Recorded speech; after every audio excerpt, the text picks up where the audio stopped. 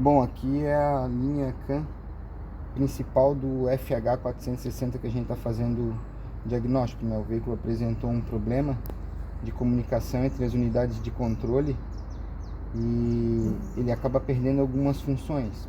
Não todas, porque ele tem uma segunda linha CAN, que seria CAN secundária, que faz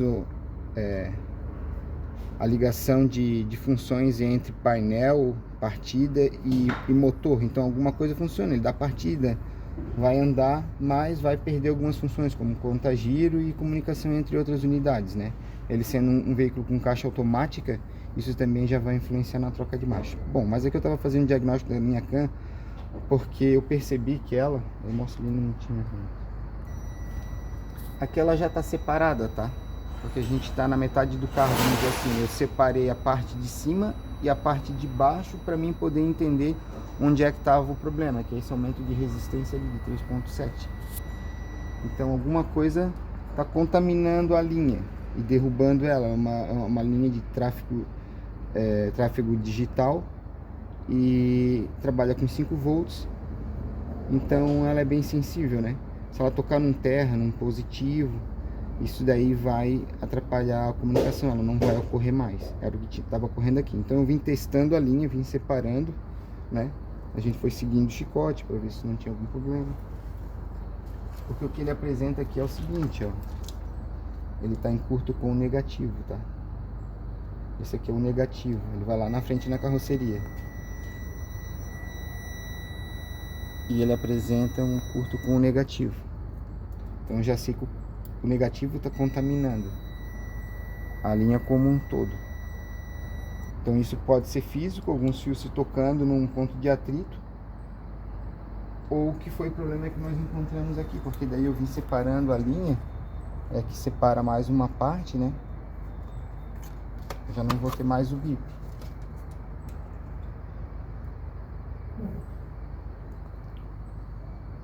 Circuito, né, aberto, o circuito está aberto, então, ou seja, o meu problema está daqui para lá. Então eu sei que aqui, ó, linha CAN e os negativos. Aí eu testei aqui dentro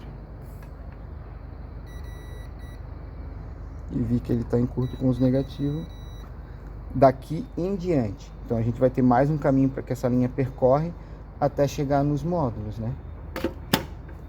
Chegar no módulo do motor.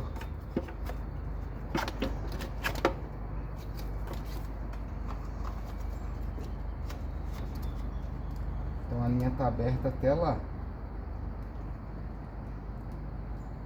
E não tem resistência. Então, ou seja, o problema é o módulo, né?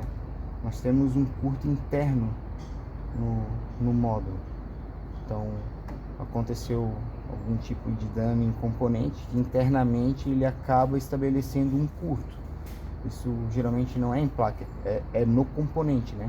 Ali tem transistores, então o transistor também entra em curto às vezes pelo próprio desgaste do componente, um pico de tensão, algo do gênero assim.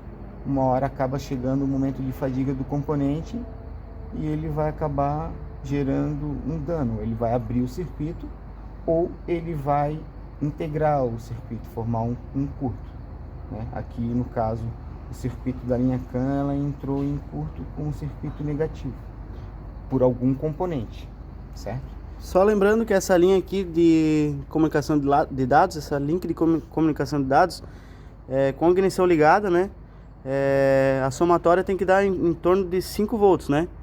Sendo uma a low, né?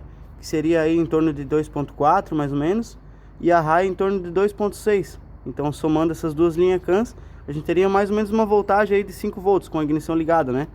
Porém, nessa situação já antecipadamente já foi detectado que não tinha essa voltagem aqui. A gente encontrou, bem lembrado, Alex, a gente encontrou, eu encontrei meio volt aqui só.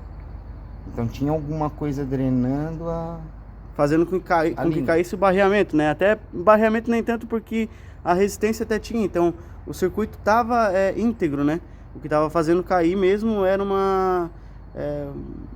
alguma coisa na linha CAN que estava fazendo com que caísse essa voltagem, fazendo com que essa comunicação entre os módulos não existisse, né?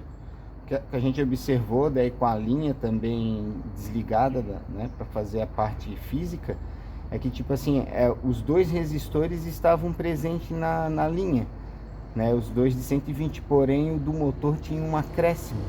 E isso representava também, no caso a soma em paralelo, né, que daí a linha fechada cai para 60 ohms. E estava com 64 ohms, 63, 64 ohms. Então tinha que ter algum tipo de contaminação na linha. Isso, exatamente. Agora o Eduardo vai fazer aqui, o Emílio vai fazer a substituição do módulo aqui, pra gente fazer um teste rápido só pra ver como o curto vai sair da linha CAN, né? Então aqui a gente já tem um outro módulo para teste, né? Esse módulo não está calibrado, é somente para teste mesmo, para testar componente. Assim fazendo um esclarecimento melhor, né?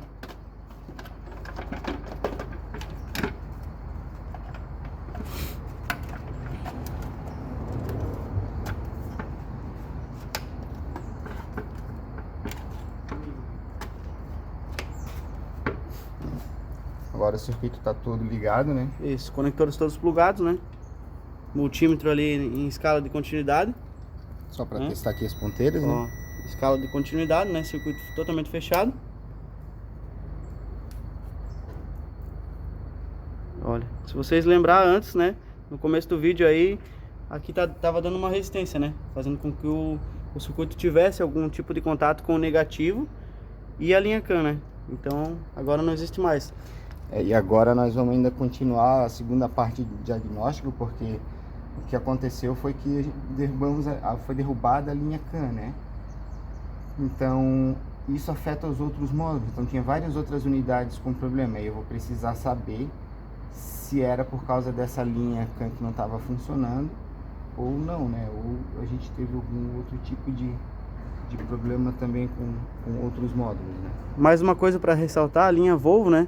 Essa linha D12 aí, D13, eles não tem linha 15, né? Então, por isso tem essas três linhas CANs aqui, que são justamente para fazer o papel, né, de comunicação entre os módulos, né? Fazendo com que até a LCM lá e a VECO lá fazem com que o caminhão entre em funcionamento, né?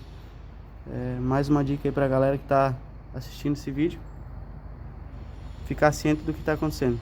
Falou, galera? Essa foi mais uma dica Dicas do Emílio.